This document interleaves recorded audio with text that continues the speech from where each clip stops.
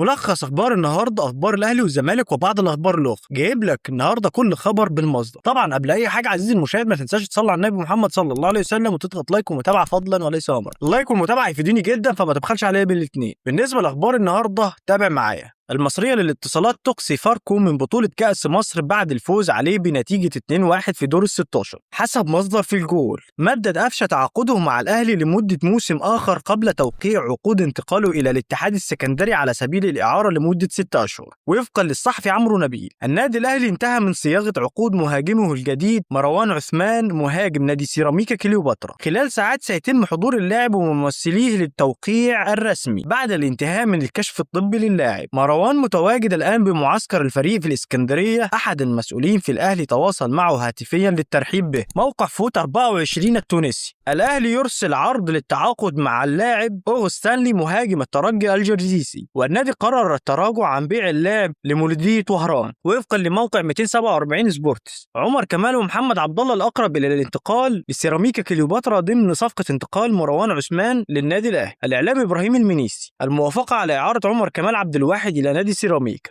وفقا للإعلامي إبراهيم المنيسي، النادي الأهلي يتعاقد مع أحمد عيد ظهير أيمن المصري مقابل انتقال عمر الساعي بصفة نهائيا إلى المصري البورسعيدي وإعارة مصطفى العش. تقارير: أشرف داري أبلغ لاعبي النادي الأهلي برحيله عن الفريق. موقع يلا كورة: الأهلي يضم عمرو الجزار لمدة 4 مواسم ونصف مقابل 60 مليون جنيه، واللاعب سيشارك في التدريبات اليوم. نقل مباراة الأهلي ويانج أفريكانز في دوري أبطال إفريقيا إلى برج العرب بسبب عدم جاهزية استاد القاهرة. تقارير: الزمالك يدرس التراجع عن رحيل أي لاعب وذلك حال عدم إنهاء مشكلة إيقاف القيد. إذاعة أون سبورت: ناصر منسي متمسك بالزمالك ومش عايز يسيب النادي رغم إنه جاله أكتر من عرض من الاتحاد السكندري والبنك الأهلي، ولكن العروض لم تصل رسميا إلى الزمالك بسبب وقف القيد. رسميا النادي المصري البورسعيدي يتعاقد مع الفلسطيني عميد صوافت. أيضا الاتحاد السكندري يضم خالد عبد الفتاح رسميا. تقارير: نادي الاتحاد السكندري يقترب من ضم مصطفى معوض المحترف المصري في صفوف نادي الوحدات الأردني. الجابوني بيراتشو حكما لمباراة مصر والسنغال غدا في مباراة نصف نهائي